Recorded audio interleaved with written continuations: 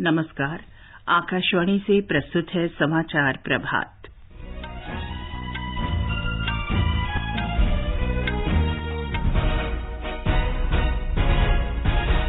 प्रधानमंत्री नरेंद्र मोदी आज गुजरात में विधानसभा चुनाव के लिए भारतीय जनता पार्टी के प्रचार अभियान की शुरुआत करेंगे।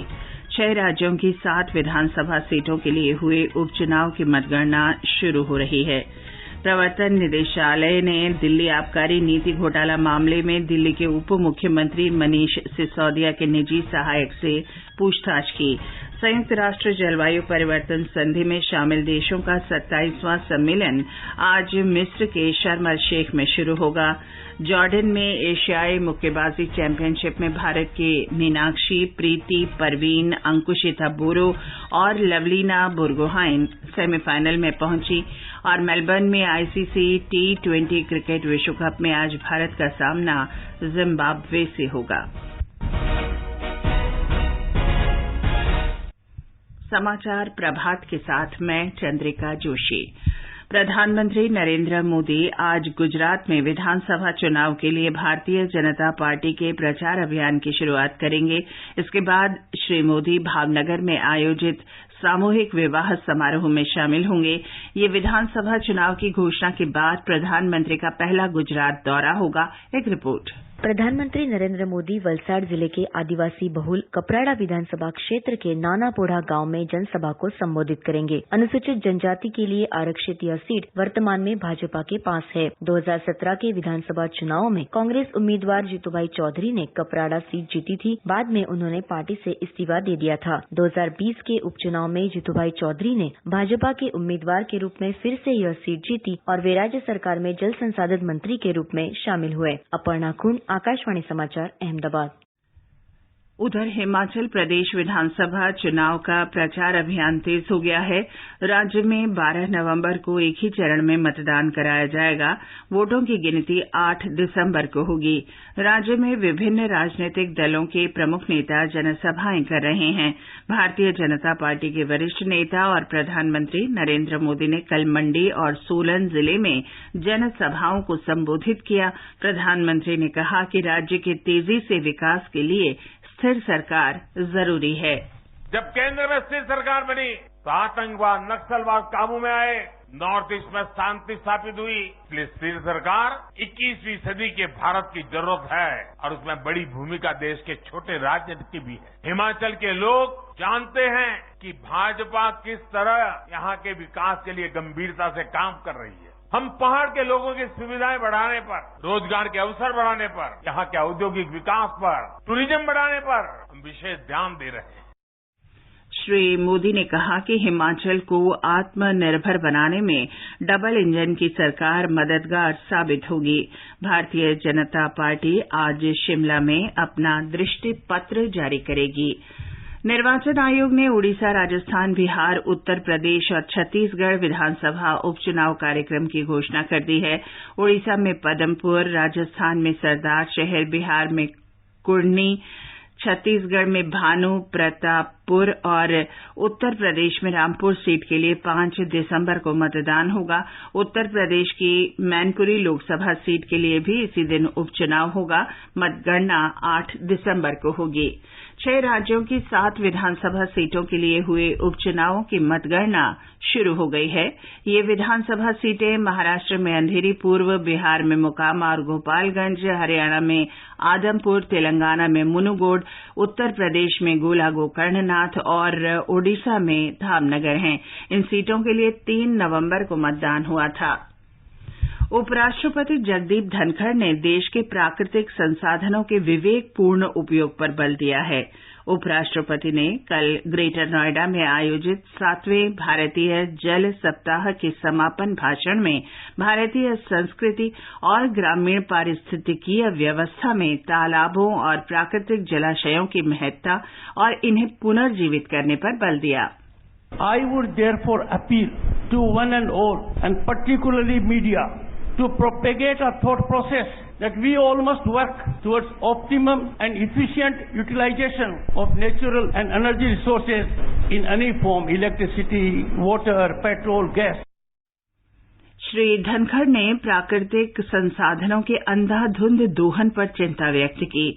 ग्रेटर नोएडा के इंडिया एक्सपो सेंटर में आयोजित 7वें भारतीय जल सप्ताह 2022 का विषय था सतत विकास के लिए जल सुरक्षा। प्रवर्तन निदेशालय ने दिल्ली आबकारी नीति घोटाला मामले में दिल्ली के उप मुख्यमंत्री मनीष सिसोदिया के निजी सहायक देवेंद्र शर्मा के आवास सहित 5 ठिकानों पर छापे मारे हैं। निदेशालय ने इस मामले में धन शोधन जांच के सिलसिले में देवेंद्र शर्मा से पूछताछ भी की। निदेशालय ने सितंबर माह में केंद्रीय अन्वेषण ब्यूरो की एफआईआर के आधार पर मामला दर्ज किया था। दिल्ली के उपराज्यपाल वीके सक्सेना ने वर्ष 2021-22 की आबकारी नीति तय करने और लागू करने में कथित अनियमितताओं की जांच के आदेश दिए थे। इसके बाद सीबीआई ने एफआईआर दर्ज की थी। सीबीआई इस मामले में श्री सिसोदिया के आवास, कार्यालय और बैंक लॉकर की छानबीन पहले ही कर चुकी है। राष्ट्रीय अन्वेषण अभिकरण एनआईए ने लोगों को डरा धमकाकर पैसा वसूलने के मामले में कल दाऊद इब्राहिम, छोटा शकील और इनके 3 अन्य गिरफ्तार साथियों के खिलाफ आरोप पत्र दाखिल किया। इस मामले में आरिफ, शब्बीर और सलीम फ्रूट को गिरफ्तार किया जा चुका है। मुंबई में एनआईए पुलिस थाने में इस वर्ष 3 फरवरी को ये मामला दर्ज किया गया था। ये समाचार आकाशवाणी से प्रसारित किए जा रहे हैं।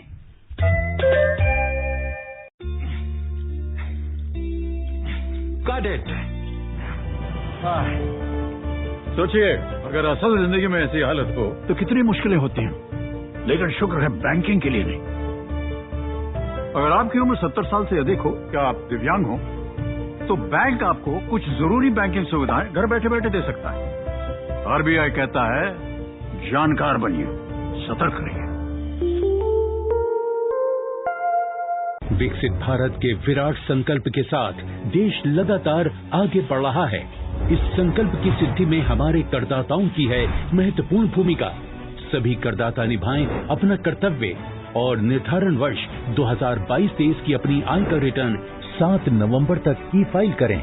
याद रखें, उन सभी करदाताओं को जिनके खातों का ऑडिट अनिवार्य है, निर्धारण वर्ष 2022-23 की अपनी टैक्स रिटर्न 7 नवंबर 2022 तक ई फाइल करनी होगी। ड्यू डेट तक टैक्स रिटर्न फाइल न करने पर आपको ब्याज और जुर्माना लग सकता है तथा कोई भी अनएडजस्टेड बिजनेस लॉस अथवा कैपिटल लॉस कैरी फॉरवर्ड नहीं होगा। अधिक जानकारी के लिए www.incometax.gov.in पर लॉग ऑन करें। प्रत्येक आय करदाता एक राष्ट्र निर्माता। समाचार प्रभात में आपका फिर स्वागत है। संयुक्त राष्ट्र जलवायु परिवर्तन संधि में शामिल देशों का 27वां सम्मेलन आज मिस्र के शर्म अल शेख में शुरू होगा। सम्मेलन इस महीने की 18 तारीख तक चलेगा। पर्यावरण, वन और जलवायु परिवर्तन मंत्री भूपेंद्र यादव भारतीय प्रतिनिधि मंडल का नेतृत्व करेंगे। श्री यादव ने कहा कि पूरे विश्व के प्रतिनिधि जलवायु परिवर्तन की रोकथाम के सतत उपायों पर विचार विमर्श करेंगे। एक रिपोर्ट। ये सम्मेलन पेरिस जलवायु संधि में तय लक्ष्यों को प्राप्त करने की दिशा में सामूहिक विचार विमर्श का अवसर होगा। पूरे विश्व के राष्ट्राध्यक्ष और शासनाध्यक्ष सम्मेलन में भाग लेंगे। पर्यावरण, वन और जलवायु परिवर्तन मंत्रालय ने बताया कि भारत घरेलू स्तर पर कार्रवाई और बहुपक्षीय सहयोग से की जाने वाली कार्रवाई के लिए प्रतिबद्ध है। भारत को आशा है कि जलवायु वित्त से संबंधित मुद्दों पर बातचीत आगे बढ़ेगी और इस दिशा में दायित्वों की रूपरेखा स्पष्ट होगी। 2025 तक प्रतिवर्ष जलवायु वित्त के लिए $100 अरब का तय लक्ष्य अभी प्राप्त किया जाना है। समाचार कक्ष से मैं नईम अख्तर। पर्यटन मंत्रालय कल से लंदन में आयोजित हो रहे वर्ल्ड ट्रैवल मार्ट में भाग लेगा। प्रदर्शनी का विषय है the future of travel starts now. यात्रा का भविष्य अब शुरू होता है।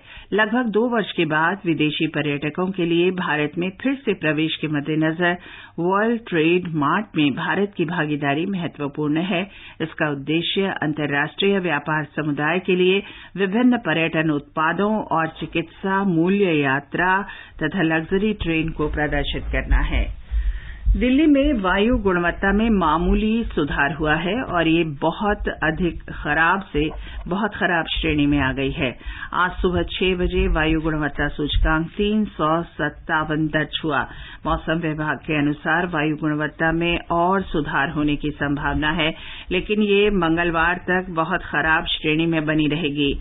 कल दिल्ली में वायु गुणवत्ता सूचकांक 431 दर्ज हुआ था। राष्ट्रीय राजधानी क्षेत्र के अंतर्गत आज सुबह 6 बजे नोएडा सेक्टर 62 में वायु गुणवत्ता सूचकांक 341, गुरुग्राम में 327 और फरीदाबाद में 325 था। केंद्रीय पृथ्वी विज्ञान मंत्रालय के अधीन वायु गुणवत्ता, मौसम पूर्वानुमान और शोध प्रणाली सफर के अनुसार प्रदूषण में पराली जलाने से होने वाले प्रदूषण की हिस्सेदारी 21% है और पराली जलाने की घटनाएं कुल 1761 दर्ज हुई हैं। केरल में कोच्चि में 15वां शहरी स्वच्छता भारत सम्मेलन आज संपन्न हो रहा है। केरल के राज्यपाल आरिफ मोहम्मद खान, केंद्रीय परिवहन और शहरी कार्य मंत्री कौशल किशोर और राज्य के परिवहन मंत्री एंटनी राजू समापन सत्र में भाग लेंगे। इस अवसर पर राज्यपाल आरिफ मोहम्मद खान और केंद्रीय परिवहन और शहरी कार्य राज्य मंत्री कौशल किशोर शहरी परिवहन के क्षेत्र में उल्लेखनीय कार्य करने वाले विजेताओं को पुरस्कार प्रदान करेंगे और शहरी सचलता भारत 2023 की शुरुआत करेंगे। मेलबर्न में आईसीसी T20 क्रिकेट विश्व कप में आज भारत का सामना जिम्बाब्वे से होगा। आकाशवाणी से मैच का आंखों देखा हाल दिन में 1:30 से सुना जा सकता है। इस समय एडिलेड ओवल में दक्षिण अफ्रीका और नीदरलैंड्स के बीच मैच चल रहा है। 159 रन के लक्ष्य के जवाब में दक्षिण अफ्रीका ने ताजा समाचार मिलने तक 13 ओवर में 4 विकेट पर 90 रन बना लिए हैं। एडिलेड ओवल में ही आज पाकिस्तान का मुकाबला बांग्लादेश से होगा। मैच भारतीय समय के अनुसार सुबह 9:30 बजे से शुरू होगा। इससे पहले शुक्रवार को न्यूजीलैंड ने आयरलैंड को 35 रन से हराकर सेमीफाइनल में प्रवेश किया था। इंग्लैंड की जीत के साथ ही मौजूदा चैंपियन और मेजबान ऑस्ट्रेलिया टूर्नामेंट से बाहर हो गया है। जॉर्डन में एशियाई मुक्केबाजी चैंपियनशिप में भारत की मीनाक्षी, प्रीति, परवीन, अंकुशिता बोरो और लवलीना बुर्गोहाइन सेमीफाइनल में पहुंच गई हैं।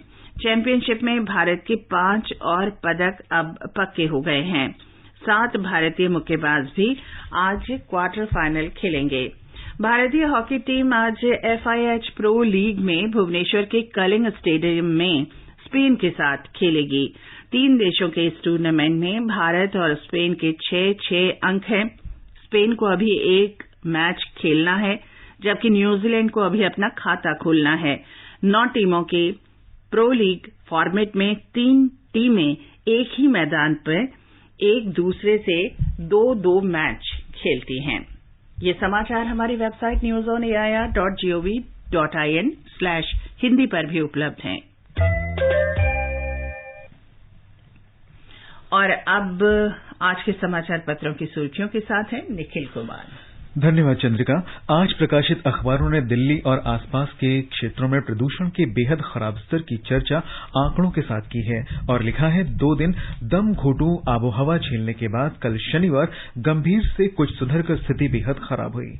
अमर उजाला के शब्द हैं, लगातार 7वें दिन जहरीली रही हवा, लगातार जल रही है पराली। दिल्ली NCR में मौसम बदलाव से मिली राहत।